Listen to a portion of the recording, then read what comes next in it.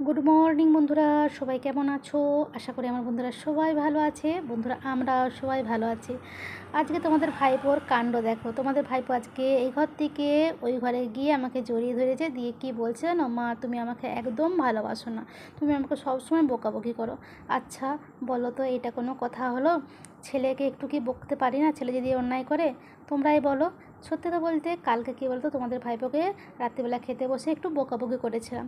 তোমাদের ভাইপোকে বলছিলাম যে দেখ বাবা, তুই কথা কম বলবি, তুই পুরুষ মানুষ, তুই এত কথা বলিস কেন, তুই মেপে মেপে কথা বলবি না। ও যখন কথা বলতে থাকে না, ও পুরো আনলিমিটেড কথা বলতে থাকে, যেই কথার কোনো মানে থাকে না, জানো তো।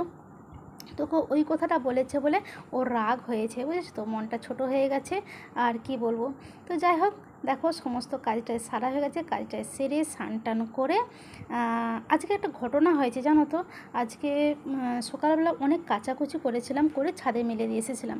ছাদে মেলে দিয়ে নিচে তো চলে এসেছি, ও মা তার 10-15 মিনিট পরে দেখি না কাউ কাউ করে বৃষ্টি চলে এসেছে। আবার দৌড়ে গিয়ে জামা কাপড়গুলো তুলে নিয়ে এই যে দেখো জানালায় মেলেছি। এখন দেখতে পাচ্ছ কীরকম রোদ্দুর। আর কি 3তলা ছাদে যেতে ইচ্ছে করে বলো তো?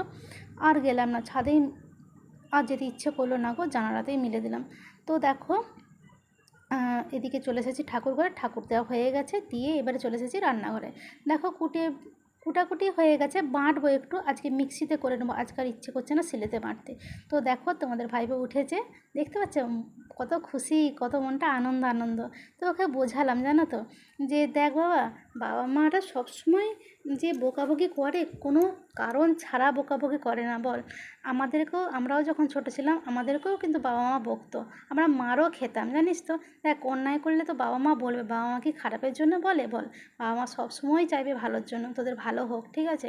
তো যাই হোক, এইদিকে বোতলগুলোও খালি ছিল, তো বোতলগুলো ভরে নিয়েছি। ভরে নিয়ে তোমাদের ভাইপোকে বললাম যে দুষ্টু, তুই এক কাজ করতো, জলে দাদাকে ফোন করে দে, জলটা দিয়ে চলে যাক। তো যাই হোক, জলও দিয়ে চলে গেছিলো, যাই হোক একটা কাজও মিটে রইলো। আর এদিকে তোমাদের ভাইপো ফোন দেখে দেখে কোশ্চেন টুকছে। তোমরা তো জানোই তোমাদের ভাইপোকে আমি টিউশন দিতে পারি না, আমরা টিউশন দিতে পারি না। তোমাদের ভাইপো ফোন দেখেই যতটা কোশ্চেন কালেক্ট করে আর কি, বুঝেছো। তো যাই হোক, এদিকে ভাতও হয়ে গেছে, দেখো তরকারিও রান্না হয়ে গেছে। আজকে আমি রান্না করেছি ঝাল বড়া দিয়ে, আলু দিয়ে ঝাল। আজকে যা তরকারিটা খেতে হবে না গো, বলার মতন সরষে মশলা দিয়েছি, আর করেছি চিচিঙ্গা পোস্ত।